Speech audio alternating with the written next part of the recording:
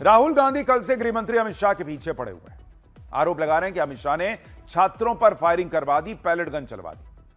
लेकिन आज वो नए वीडियो आ गए जिससे राहुल गांधी की पूरी कहानी ही पलट जाएगी। आज आपको ऐसे सीसीटीवी वीडियोस दिखाऊंगा जिससे यह क्लियर हो जाएगा कि 20 जुलाई को हिंसा के दौरान हुआ क्या था। यह वीडियो आपने पहले नहीं देखे होंगे, वहां पर हालात कैसे बन गए थे और अगर रोका नहीं जाता तो क्या से क्या हो जाता, क्या अनहोनी होती, आज आपको इन वीडियोस में दिखाऊंगा। आज आपको वो वीडियो दिखाऊंगा जो राहुल गांधी के फायरिंग वाले नैरेटिव को भी धुआं करेंगे। राहुल गांधी कह रहे हैं कि फायरिंग का ऑर्डर अमित शाह ने दिया था, लेकिन गोली तो वहां चली भी नहीं थी। राहुल गांधी कल से पैलेट गन पर माहौल बना रहे थे, लेकिन उनके इस नैरेटिव को आज सुप्रीम कोर्ट ने अपने फैसले से, अपने बयानों से, अपनी बातों से पूरी तरह से ध्वस्त कर दिया, क्योंकि ये लोग आज भी इसी पर माहौल बना रहे हैं और अमित शाह को घेर रहे हैं।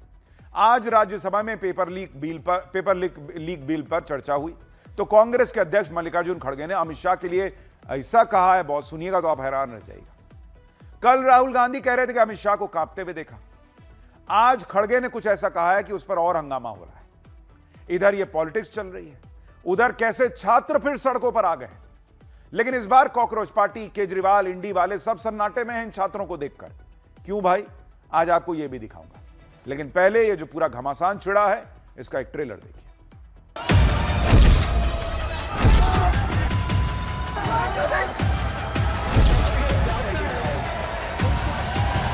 आप बंद कमरे में रह के बहुत दिन छुप नहीं सकते, एक दिन हम बाहर खींच के लाएंगे। अभी जो उन्होंने वाक्य यूज किया वह असंसदीय है, उसे कार्रवाई से निकालना चाहिए। सच में आपसे बहुत कुछ सीखा है। आपके बारे में कोई भी बुरा बोलते हैं ना, मेरे यहाँ दर्द होता है। देखिए, कल से राहुल गांधी और कांग्रेस अमित शाह के खिलाफ माहौल बना रहे हैं। उनका एक ही एजेंडा है कि भाई 20 तारीख को छात्रों को जानबूझकर मारा गया। उनको किसी तरह से यह साबित करना है कि गोली चल गई, जिसके कोई सबूत अभी तक नहीं दिख रहे। पैलेट गन पर उनका मुद्दा अटका हुआ है। वो बार बार पूछ रहे हैं कि 20 जुलाई को छात्रों को मारा पीटा किसने, पैलेट गन चलाई किसने, इसका ऑर्डर किसने दिया। ये लोग एक बार भी ये नहीं पूछ रहे कि अगर संसद का सत्र चल रहा था, संसद की तरफ मार्च निकालना था, तो कॉकरोच पार्टी वालों ने पुलिस से परमिशन लेने की अर्जी तक क्यों नहीं लगाई। ये लोग एक बार भी नहीं पूछ रहे कि अगर बिना अर्जी लगाए धारा 144 के बीच में सड़क पर इतनी हजारों की भीड़ आ गई अभिजीत दीप के, सौरभ दास, कॉकरोच पार्टी वालों की वजह से, और वहां यह हंगामा हुआ, तो इसके लिए अभिजीत दीप के, कॉकरोच पार्टी वालों पर क्यों एक्शन नहीं हो रहा। इस पर इनका फोकस नहीं है कि उन्होंने नियम की धज्जियां उड़ा दी। लेकिन राहुल गांधी खुल्लम खुल्ला कह रहे हैं कि ऑर्डर अमित शाह ने दिया। आज 20 जुलाई के जो नए वीडियो आए हैं उसमें पूरी कहानी पलट गई है। आपको पहले कुछ वीडियो दिखाता हूं, क्योंकि इनमें साफ साफ दिख रहा है कि कैसे उस दिन भीड़ संसद की बाउंड्री तक पहुंच गई थी। बॉस, आप ये तस्वीरें देखिए, इतनी ज्यादा भीड़, आप पीछे जो देख रहे हैं वो संसद की बाउंड्री है, वहां इतनी भीड़ पहुंची हुई है, हाई सिक्योरिटी एरिया, और स्पेशली जब वहां पर संसद का सत्र चल रहा हो। इसके बावजूद कोई फायरिंग नहीं हुई, कोई गोली नहीं चली। ना वीडियो में यहां पर कोई पैलेट गन चलते हुए दिख रहा है, ना ही बर्बर तरीके से लाठी चलाई जा रही है, जबकि हालात गंभीर थे। जवानों के सामने बड़ी चुनौती थी। सैकड़ों की भीड़ संसद की बाउंड्री वॉल तक पहुंच गई थी। आज जो राहुल गांधी ये कह रहे हैं कि अमित शाह ने छात्रों पर यह हिंसा करवा दी, कल को यही लोग अंदर घुस जाते। और अब दिल्ली पुलिस के फेस रिकॉग्निशन सिस्टम से पता चल रहा है कि 2000 से ज्यादा अपराधी वहां जंतर मंतर पर इकट्ठा थे। कोई रेपिस्ट था, कोई मर्डरर था, कोई पॉक्सो एक्ट में बुक था। वो कल को संसद में घुसकर कोई बड़ा कांड कर देते तो जिम्मेदारी किसकी होती। और वहां बिना परमिशन के जो मार्च निकला उसको रोकने के लिए ही ना पुलिस लगी थी। राहुल गांधी को क्या लग रहा है कि बारात आ रही थी और वहां फूफा मौसा खड़े थे माला पहना के बारात का स्वागत करने के लिए, या आइए अंदर अंदर आइए जलपान कीजिए। पुलिस इसीलिए ना खड़ी थी कि वहां संसद में कोई अप्रिय घटना ना हो जाए, कुछ भी अनहोनी ना हो जाए। और यह सीसीटीवी फुटेज बता रहा है कि पुलिस ने संयम दिखाया, तभी तो भीड़ वहां तक पहुंच गई, वरना पहुंच सकती थी। वहां 100 से ज्यादा लोगों की भीड़ बाउंड्री के पास दिख रही है। अगर यह भीड़ संसद के अंदर घुस जाती, बड़ी अनहोनी हो सकती थी। फिर भी पुलिस ने संयम दिखाते हुए भीड़ को बिना बहुत ज्यादा बल प्रयोग किए वहां से हटाने का प्रयास किया। प्रदर्शनकारियों की इस भीड़ में कौन किस इरादे से आया था कुछ पता नहीं, लेकिन राहुल गांधी बस सवाल उठा रहे हैं। इसी तरह से आपको एक और वीडियो दिखाता हूं। इसमें भी प्रदर्शनकारियों की भीड़ संसद भवन के बहुत पास पहुंच गई थी। यह भीड़ देखिए, वहां आपको संसद भवन दिख रहा है और सामने आपको भीड़ दिख रही है। सैकड़ों की संख्या में प्रदर्शनकारी वहां पहुंचे हुए थे।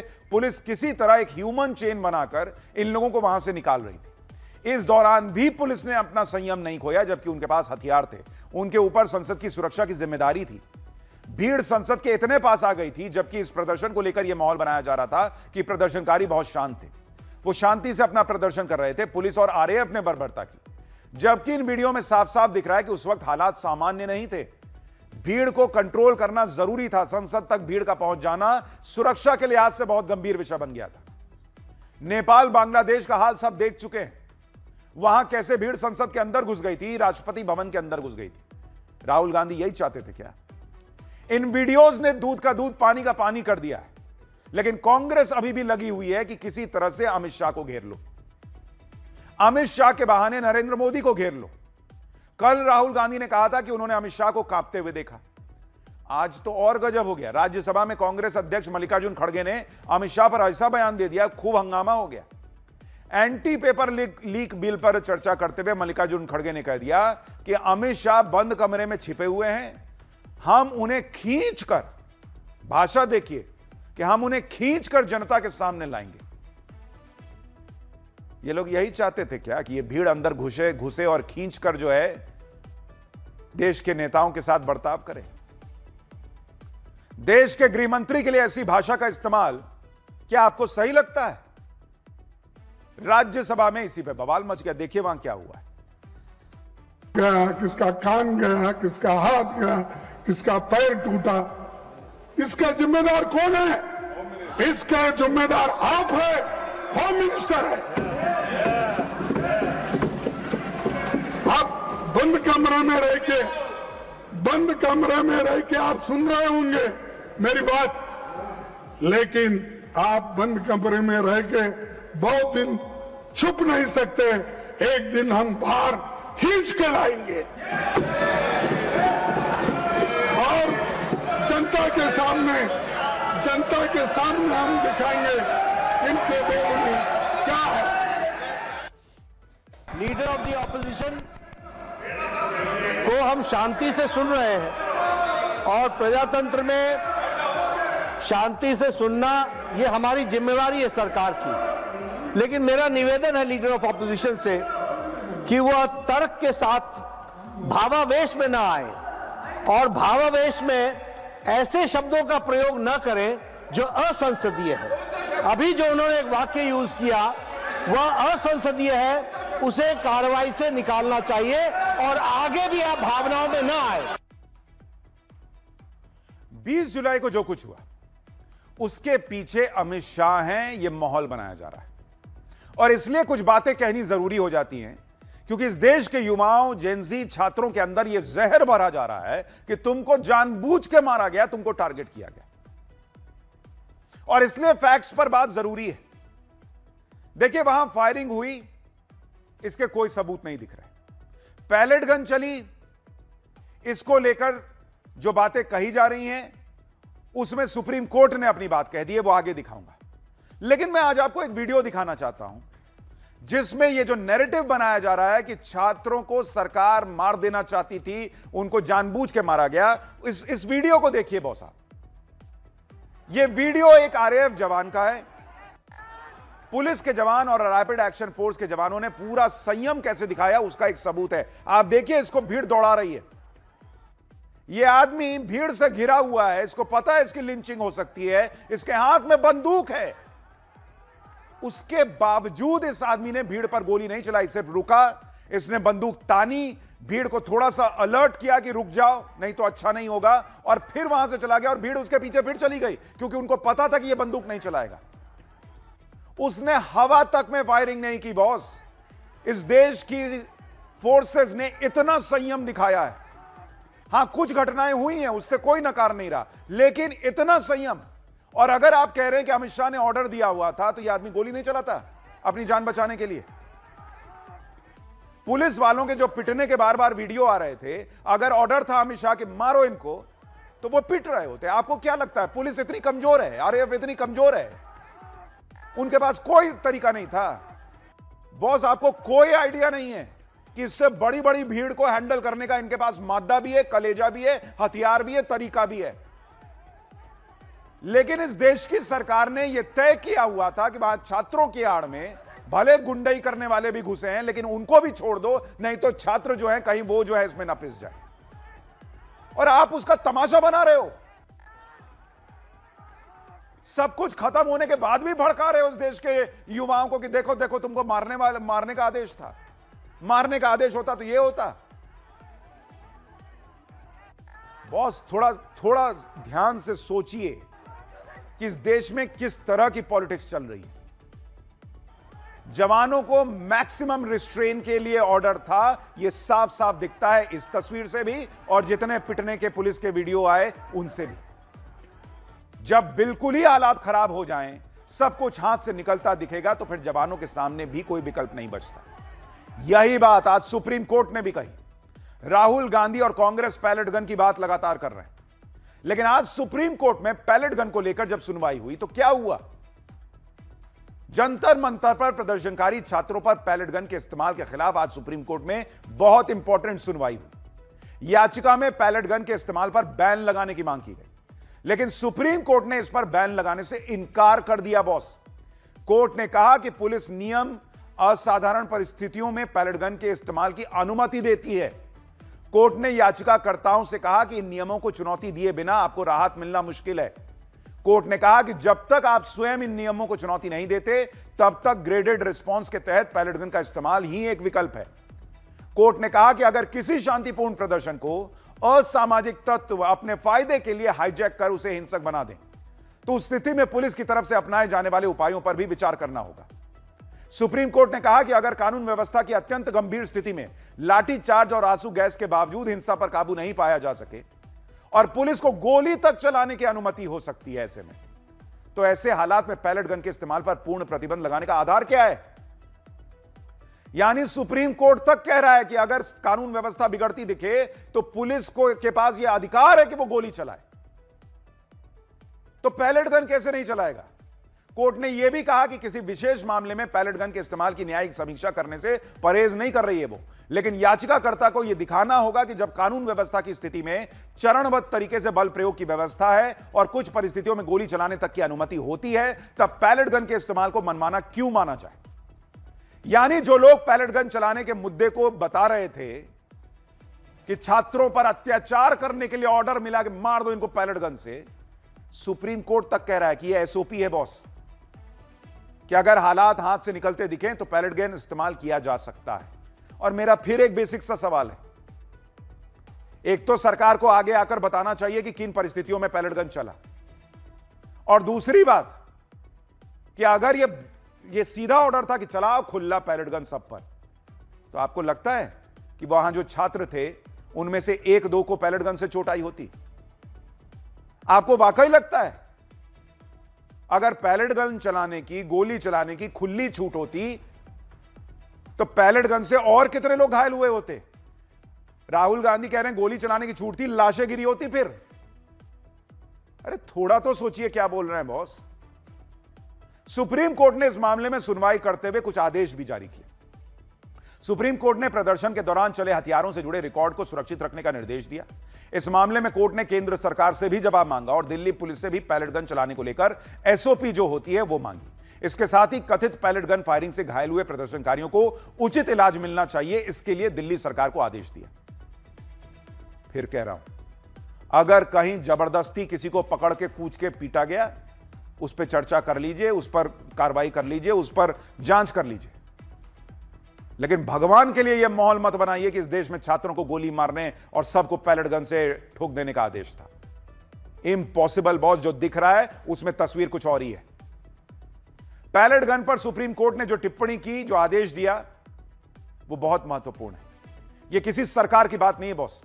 ये जहर अगर आप अंदर भर देंगे कि देखो देखो देखो तुमको मारने का आदेश था, ये आगे के लिए भी बहुत घातक हो जाएगा। इसलिए मैं इस देश के युवाओं को, उनके मां बाप को यह सच बताना चाहता हूं। लेकिन यह सच सुनकर कॉकरोच पार्टी वालों को मिर्ची लिख गई। कॉकरोच पार्टी के सौरभ दास ने सोशल मीडिया पर टिप्पणी की और लिखा डिसगस्टिंग। यानी ये लोग लगातार सुप्रीम कोर्ट को नीचा दिखाने का प्रयास कर रहे हैं। डिसगस्टिंग है बॉस। सौरभ दास अभिजीत दीपके से तो पहले बैठा के सवाल होना चाहिए कि तुमने वो प्रदर्शन की इजाजत तक नहीं ली थी, तो जिन छात्रों के साथ जो हुआ उसकी जिम्मेदारी तुम्हारी क्यों नहीं है? आज वो माफी मांग रहे हैं, तुम पार्टी कर रहे थे। आज उन पर केसेस हो रहे हैं, तुम जो है वो अपने घर में जाके मां के हाथ का खाना खा रहे हो, वो बेचारे इधर उधर घूम रहे हैं, भागते फिर रहे हैं। और देश में यह माहौल बन गया, इनकी कोई जिम्मेदारी नहीं है। सुप्रीम कोर्ट को टारगेट कर रहा है। इनको चाहिए कि सुप्रीम कोर्ट कह दे कि ना जिस पर भी एफआईआर है उसको भी छोड़ दो। ये सब जो बातें चल रही हैं उसमें पुलिस वालों और जवानों का मनोबल गिर रहा है। उन्हें लग रहा है कि क्या वो सिर्फ पिटने के लिए बने हैं। इसलिए आप देखिए कि सीआरपीएफ के चीफ ने आज क्या कहा है।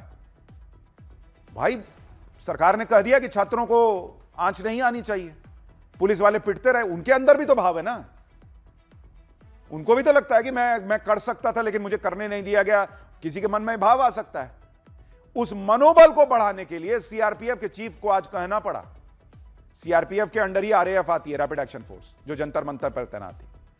आज सीआरपीएफ के चीफ को कहना पड़ा कि तुम लोग खुल के काम करो, जो होगा मैं तुम्हारे साथ खड़ा हूं। सुनिए एक बार उनको। मैं बल के महानिदेशक, बल के प्रमुख के रूप में आप सभी को यह विश्वास दिलाना चाहता हूं, चाहे हमारी ऑपरेशनल बटालियंस हों, चाहे हमारी लॉ एंड ऑर्डर की यूनिट्स हों, आप सभी राष्ट्रहित में, जनहित में, बल हित में जो भी निर्णय लेते हैं, जो भी एक्शन लेते हैं, जो कि बोनाफाइड डिस्चार्ज ऑफ ड्यूटी में है, उन सभी निर्णयों का और उन सभी एक्शंस का संपूर्ण रूप से बल के प्रमुख के रूप में दायित्व मेरा है।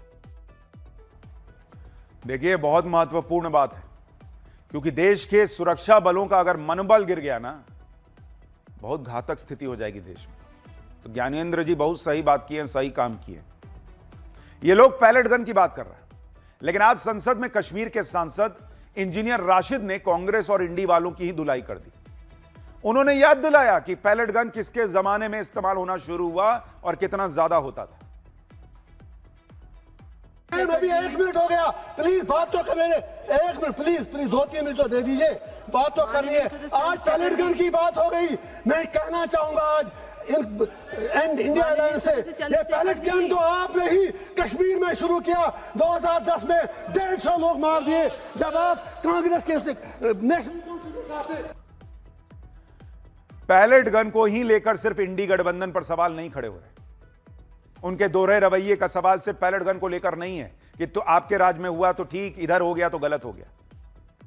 उनके इस दोहरे रवैये पर भी सवाल खड़े हो रहे हैं कि उन्हें दिल्ली में तो छात्रों की चिंता है, नीट पेपर लीक की तो चिंता है, लेकिन आज जब फिर सड़क पर आ गया है छात्र तो उसकी चिंता नहीं है, क्योंकि वो छात्र कहां सड़क पर आया है? उस जगह सड़क पर आया है जहां कांग्रेस की ही अपनी गठबंधन की सरकार है। राहुल गांधी, कॉकरोच पार्टी वाले, केजरीवाल सब सन्नाटे में। 2 ऐसे राज्य हैं जहां विपक्ष की सरकार है और वहां पर एग्जाम में गड़बड़ी के आरोप लग रहे हैं, लेकिन इंडी गठबंधन के मुंह से आवाज नहीं निकल रही। आप देखिए कि पंजाब को लेकर जो आरोप लगे हैं उसमें आज बीजेपी ने वहां जबरदस्त प्रदर्शन किया और आम आदमी पार्टी के खिलाफ मोर्चा खोल दिया। दिल्ली में बहुत तगड़ा प्रोटेस्ट हुआ है, लेकिन उससे भी बड़ी खबर कि झारखंड में छात्र कई दिनों से प्रोटेस्ट कर रहे हैं। वहां भी कांग्रेस और जेएमएम की गठबंधन की सरकार है, लेकिन दोनों ही जगह पर, पंजाब में और वहां झारखंड में, कॉकरोच पार्टी वाले ना गए बॉस, ना इंडी गठबंधन वाले गए, ना वहां के शिक्षा मंत्री का इस्तीफा मांगा। भाई, राहुल गांधी के पास तो अद्भुत प्लानिंग है कि कैसे पेपर लीक रोकना है, कैसे एग्जामिनेशन सिस्टम को बेहतर बनाना है, तो करके दिखाए ना। झारखंड में क्यों नहीं कर रहे? वहां छात्रों के साथ क्यों नहीं खड़े होते? झारखंड का छात्र छात्र नहीं है। दिल्ली में आज जो प्रोटेस्ट हुआ उसमें आप देखिए कि बीजेपी ने आम आदमी पार्टी से जवाब मांगा।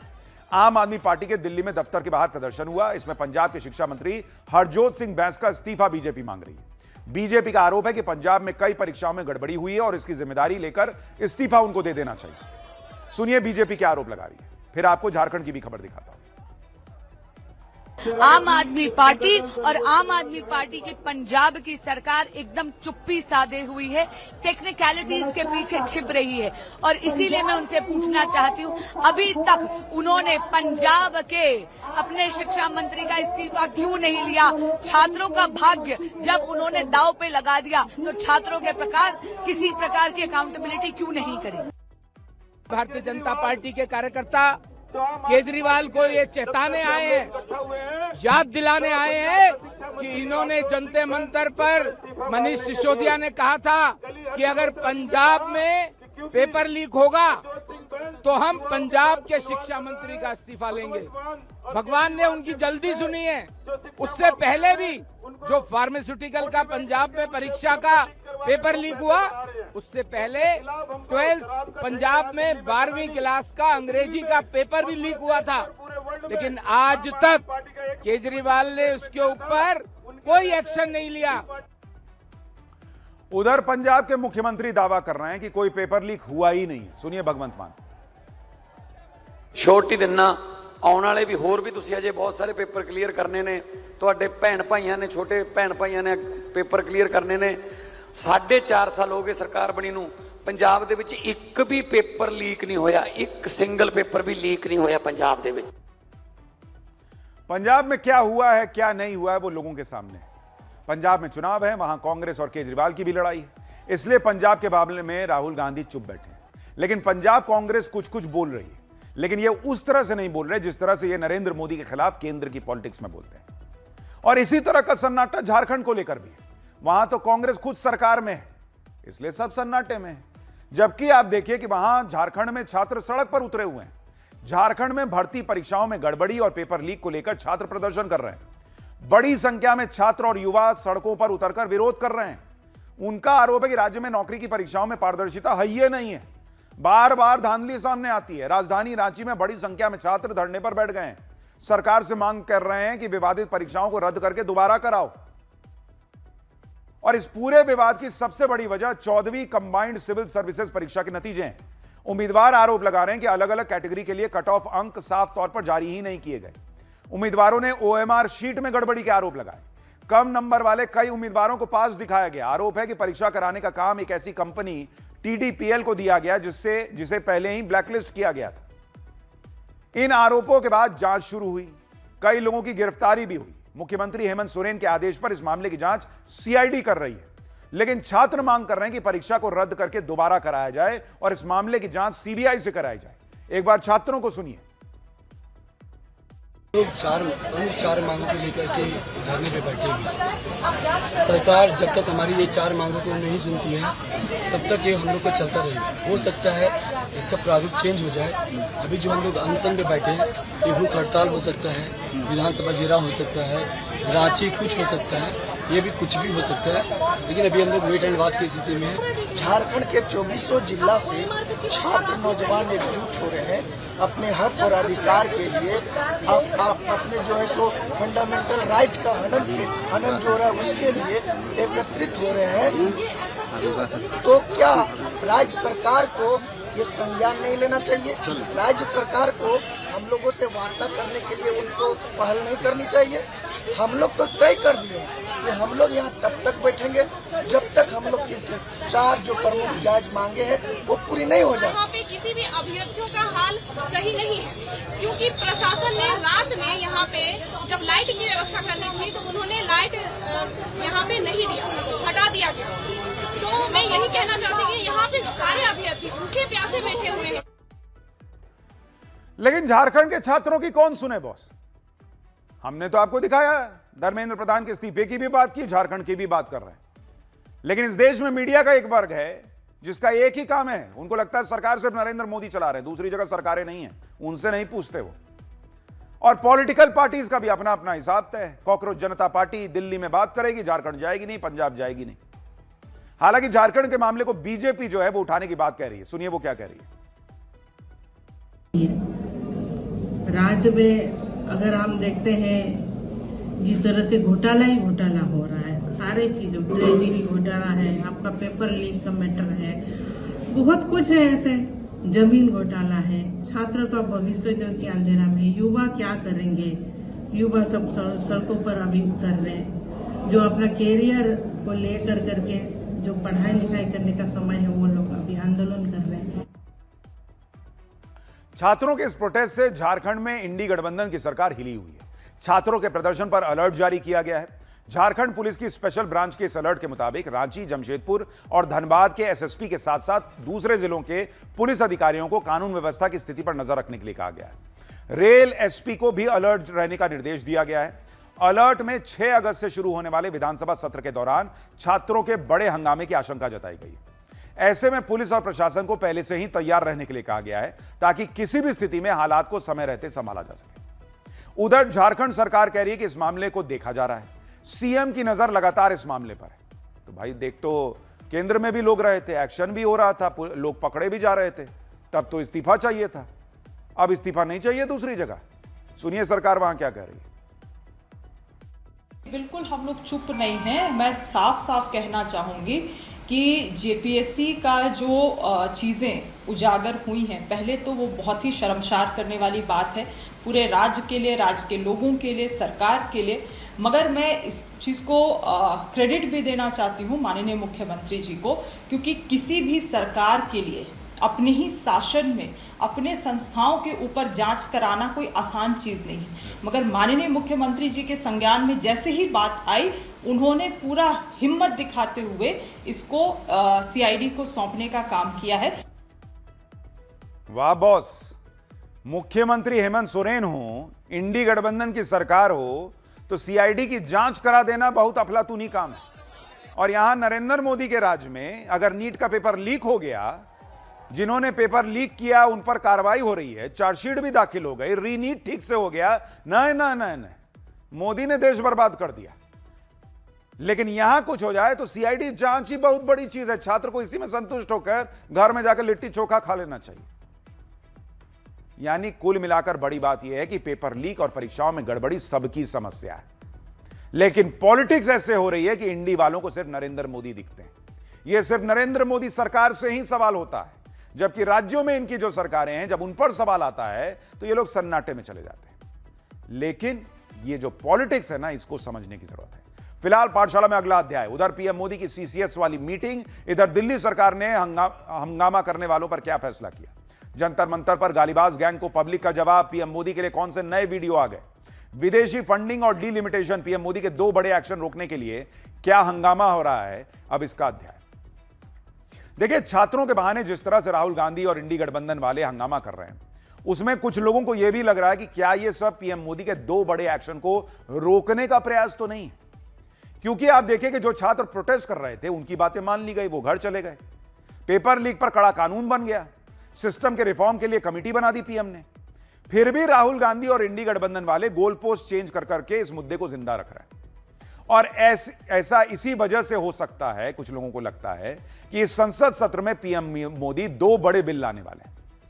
क्या यह सब उस बिल को रोकने का जो प्रयास हो सकता है या डर हो सकता है, इसको लेकर सोशल मीडिया पर भी बड़ी चर्चा है। आज आपको उसके बारे में भी बताऊंगा। और पीएम मोदी के लिए अब कौन से वीडियो आ गए, पब्लिक ने क्या वीडियो डाल दिए हैं, वो भी दिखाऊंगा।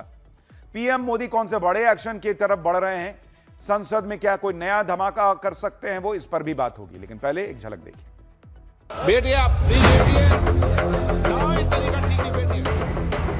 तो बीजेपी इनको लिया है 2 साल, इनको ये डीलिमिटेशन बिल पास करने के लिए। भारतीय जनता पार्टी के फैसलों को समझना बहुत मुश्किल है।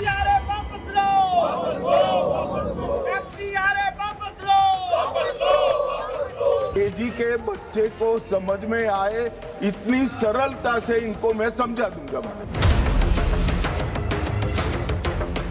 अगर आप लॉ पढ़ के देख लीजिए जो वो लोग पार्लियामेंट में लेके आए, ये बहुत बहुत बुरा कानून है। संसद का कानून है, सबको स्वीकार करना पड़ेगा। वापस लो, वापस लो।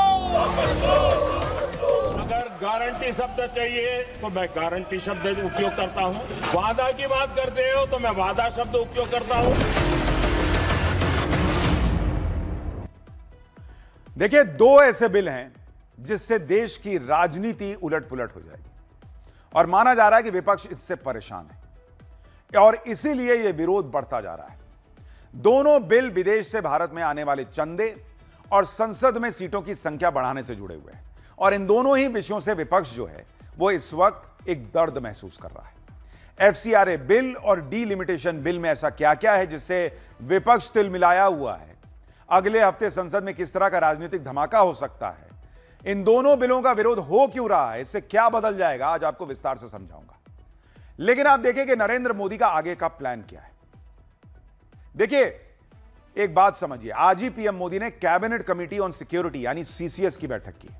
इस बैठक में अमित शाह थे, रक्षा मंत्री राजनाथ सिंह थे, विदेश मंत्री एस जयशंकर थे, वित्त मंत्री निर्मला सीतारमण थी, एनएसए अजीत डोभाल थे। सीसीएस की बैठक में किन किन मुद्दों पर चर्चा हुई? राष्ट्रीय सुरक्षा पर बात हुई है, फिलहाल जो हालात हैं उस पर विस्तार से चर्चा हुई है, मिडिल ईस्ट को लेकर चर्चा हुई है, ईरान युद्ध और उसके असर पर चर्चा हुई है, एनर्जी सिक्योरिटी, ऊर्जा संकट से निपटने के लिए सप्लाई चेन पर चर्चा। इधर पीएम मोदी ने सीसीएस की बैठक ली, उधर दिल्ली में जंतर मंतर वालों से को लेकर एक बड़ा फैसला हो गया। दिल्ली सरकार ने उन प्रदर्शनकारियों को खुली छूट देने से इनकार कर दिया है जो जंतर मंतर प्रोटेस्ट में हिंसा फैला रहे थे। शांतिपूर्ण प्रोटेस्ट करने वालों को तो कुछ नहीं होगा, लेकिन जो लोग सोच रहे थे कि वो हंगामा और हुड़दंग मचा के बच जाएंगे, उन पर एक्शन होकर रहेगा। दिल्ली सरकार ने यह ऐलान कर दिया है कि वो प्रदर्शनकारियों पर कोई कानूनी कार्रवाई नहीं करेगी, गिरफ्तार लोगों की रिहाई की भी समीक्षा होगी। लेकिन दिल्ली सरकार ने यह भी साफ कर दिया है कि जिन लोगों के आपराधिक रिकॉर्ड रहे हैं, चाहे कैसे भी हों, वो नहीं बचेंगे। सुप्रीम कोर्ट के निर्देशों के मुताबिक उन पर एक्शन होगा।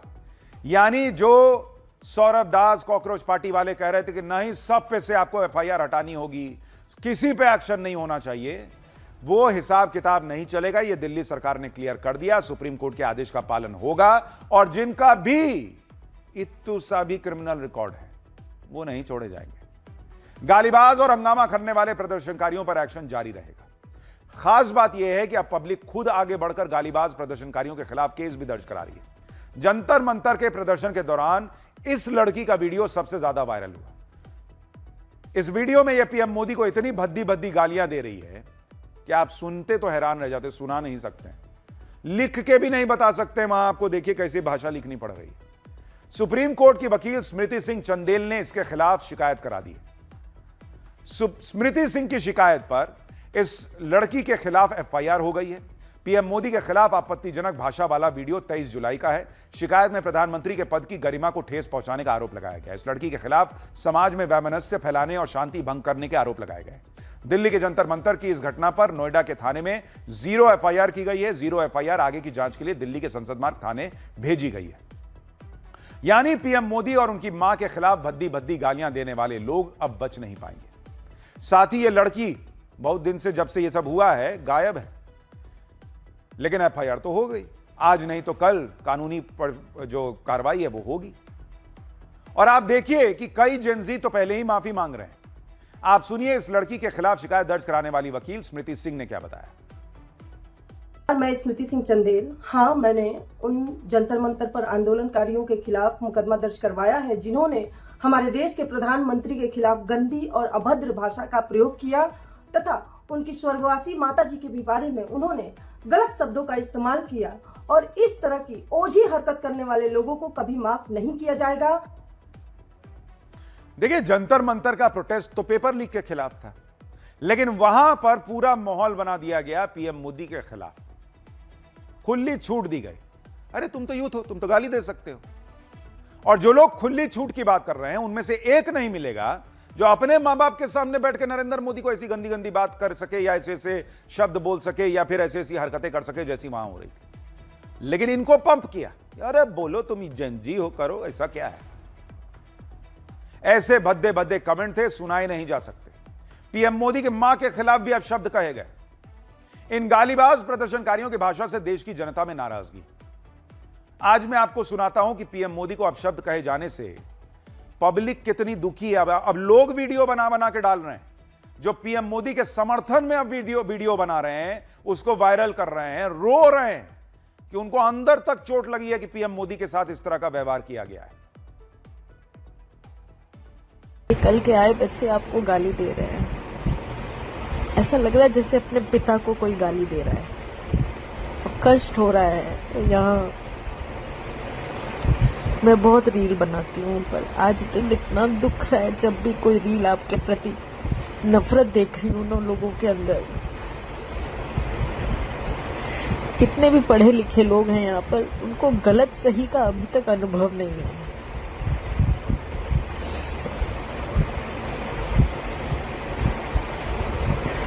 आपको सैल्यूट है मेरा मोदी जी। जय हिंद। बाबा विश्वनाथ जी की कृपा आप पे हमेशा बनी रहे।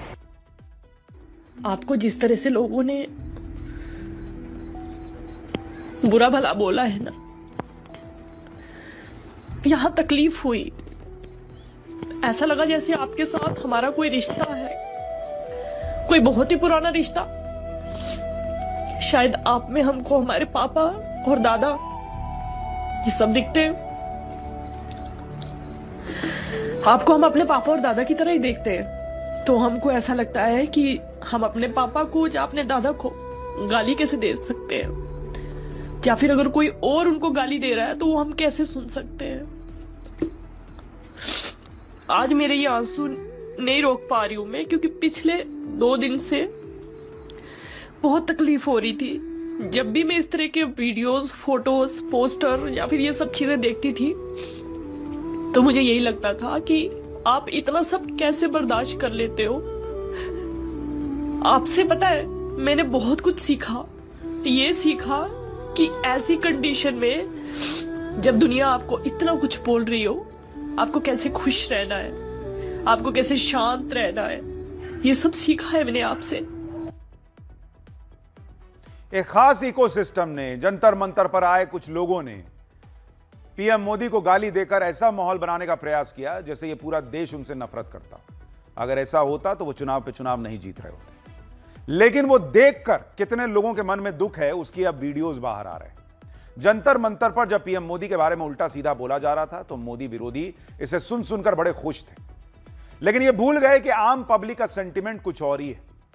पीएम को जो बोला गया वो पब्लिक कभी एक्सेप्ट नहीं करेगी, क्योंकि पीएम मोदी को लेकर एक इमोशनल कनेक्ट है लोगों का।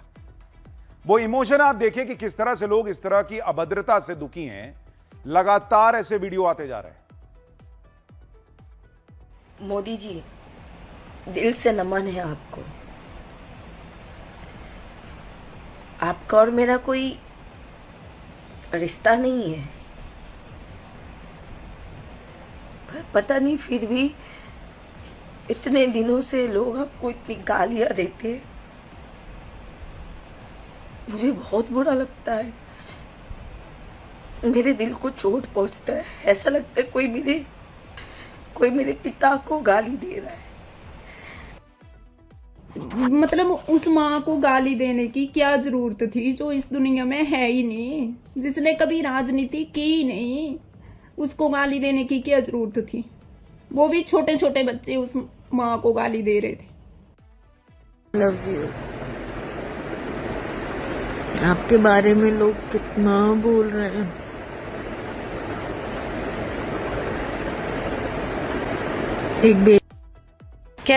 कैसे आप लोग ये सब बातें बोल रहे हो?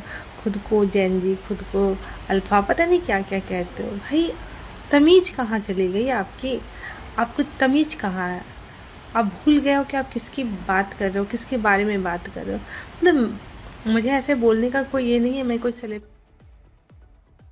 यानी पहले गाली देने वाले वीडियो वायरल किए गए और अब नरेंद्र मोदी के लिए जो इमोशन है, वो इमोशन जो है वो लोग अपने वीडियोस में डालकर नरेंद्र मोदी के लिए संदेश दे रहे हैं। जेनजी के नाम पर जिन लोगों ने पीएम मोदी के खिलाफ अपशब्द कहे, उल्टा सीधा बोला, उनका तो पब्लिक भी हिसाब मांग रही है। बाकी हुड़दंग और हिंसा करने वालों का हिसाब कानून करेगा। जहां तक इंडी गठबंधन वालों और विपक्ष की बात है तो उनके लिए पीएम मोदी ने बड़ी तैयारी की है। सरकार अब विपक्ष को सरप्राइज देने के प्लानिंग में। मॉनसून सत्र के अगले हफ्ते मोदी सरकार बड़ा धमाका कर सकती है, ऐसा कहा जा रहा है, क्योंकि अगले हफ्ते जो बिल आने वाले हैं उसकी चर्चा देश से लेकर विदेश तक हो रही है। कहा जा रहा है कि सोमवार को सरकार संसद में FCRA अमेंडमेंट बिल पर चर्चा करा के इसे पास कराने की पूरी कोशिश कर सकती है। यह बिल विदेशी चंदे, फॉरेन फंडिंग के नियमों को और सख्त कर देगा। इसी वजह से इसका विरोध हो रहा है। तस्वीरें अप्रैल में बजट सत्र के दौरान की हैं, जब विपक्षी दलों ने FCRA बिल का विरोध किया था, और इस बिल में जो बदलाव किए गए हैं उसे फॉरेन फंडिंग लेने वाली संस्थाओं, NGO, संगठनों को पाई का हिसाब देना होगा। विदेशी फंडिंग के लिए गृह मंत्रालय से FCRA रजिस्ट्रेशन लेना जरूरी होगा।